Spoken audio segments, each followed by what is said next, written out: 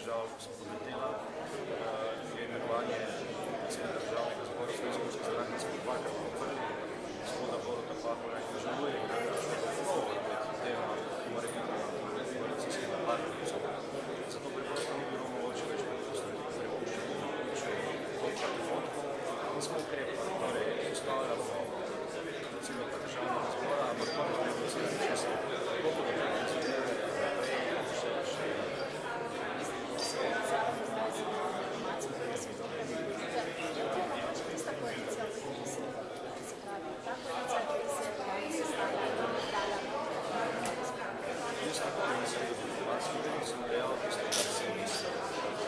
danes pa tako, da je to radimo tako govoriti, pomembno je, da danes dobimo državni zbor, državni zbor točni gotovati, brez predsednika državnega zbora pač pa pomoče. Vse ostalo je preuranjeno.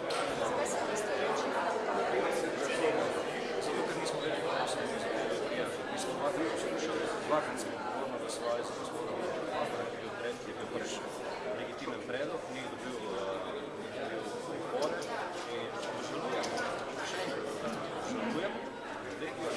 morebitni koalicijski partnerici nista način, to je v teh časih neodgovorno in ne moreš več prepuščati zadevo na ključu. Mi danes potrebujemo državni zbor.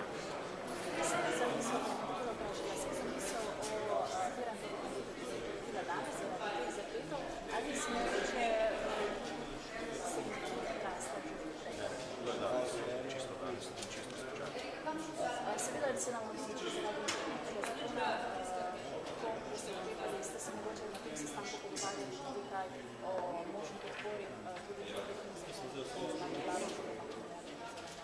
Slovenska ljudska stranka bo interventni zakon podprla, vse ostalo pa more potrašiti. No, konec koncev ni rečeno, da podpiram, da se nam postopila koalicija, da se nam tega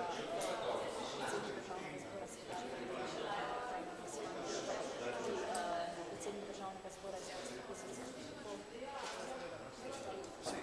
Ni nujno, da je to dokončna rešitev. Mogoče je začasna rešitev. Bomo videli, kako bo pač teh dogodkov poteklo v prihodnje. Mogoče je to začasna rešitev, ampak mi potrebujemo državni zbor. Vendar, da so vam poslanci pozitivno nastavili. Torej, spoštovane poslanke in poslanci, pregoval bom zapisnik o ugotavljanju izida glasovanja za izvolitev predsednika državnega zbora